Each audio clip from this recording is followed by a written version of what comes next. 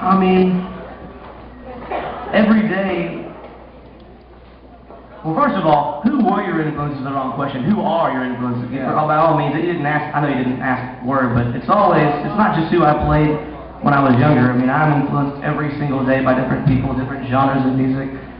My greatest influences, I really could not pinpoint to one thing. I would say, I bet I had more. Well, I had more country records than anybody down my street, but I had more Clint Black records than I knew what to do with, and I had a lot of George Strait, you know, all the old Number 7 and Beyond the Blue Neon, and I felt like when I was in school, all my friends jumped to a different genre than country. They jumped to like Ace of Base and Backstreet Boys or something, I don't know. And I just started finding myself, because they didn't like the new brand of country, and that's a lot of people these days, but I like all kind of music, but I know that I found myself going back in country, back in time, and not like trying to find new music. I just started thinking, man, there's so many good songs. Like my cousin said, I heard this brand new song called Folsom Prison Blues, and I started laughing. It's not new, I promise. You know, that was Johnny Cash. Anyhow, so I just started thinking, if there's people like Johnny Cash and Waylon, and I'm a huge Johnny Horton fan. I love Hank Sr. I love Keith Whitley. I love Don Williams. As far as country goes, it's all here. And so I just thought I can go find plenty of people I can enjoy. And I've been stuck in the 60s, 70s, 80s, 90s. That covers about it except the current. But I feel like I'm a walking jukebox as much as I can. I love it. I can play 100,000 songs, I feel like. Not that many. Well, I'm going to tell you, and this is a compliment because he was one of my influences, is when, you know, there's not that many guys out there that just write really good, and I'm talking about consistently, really good country love songs. And you've got a handful, which obviously you can tell by all the ladies in the audience this evening too. And you've got your finger on the pulse of being able to write those tunes. Let me tell you who could write those, and who could sing them, and who could play them with Steve Wariner. Mm-hmm. Incredible. Yeah. So when I sit here, that's one of the things that comes to mind. Okay, you had a request. What was that request we just had? Oh, it was, yeah, I truly stole every word of this next song. Truly. I sat in front of my computer when I was like 17 years old, and got all my George Strait CDs out, and I typed out every single song on every CD I had. It was like hundreds, you know, I don't know how many songs. He's got hundreds of songs. And I just started putting together a puzzle, and took all my favorite George Strait songs and made them a story, like made it one big song, and named it Fit for the King, because y'all know that he's the king of country music. So, I don't know, Fit for a King is some kind of saying. I don't know where I stole that from, but this is called Fit for the King.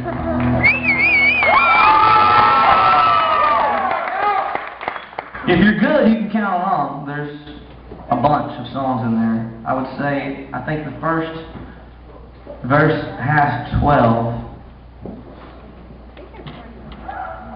I think I've said 151 times just to see if anybody's listening. I think there is 31 songs in here, though. I've said 38 more than likely, but I probably added a verse that night, you know.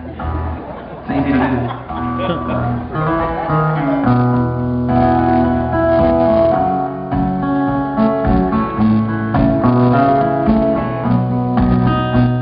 She said, go on beyond the blue neon. I'm as gone as a girl can get. Out of the blue clear sky, she got me a goodbye.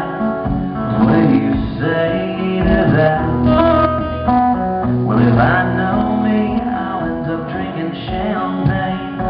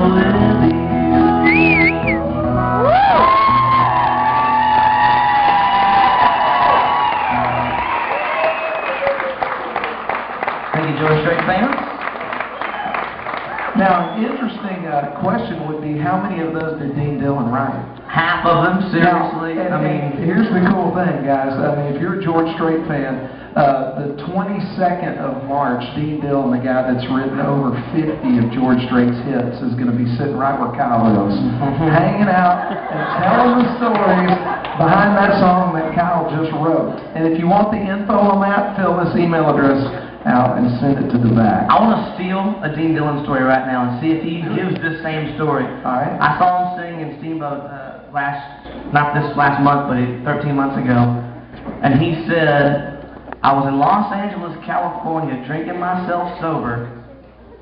That's pretty good. And after I had written Miami, Miami with a good friend of mine, I wrote this song the same day, and he played The Chair by George Strait. That should be illegal.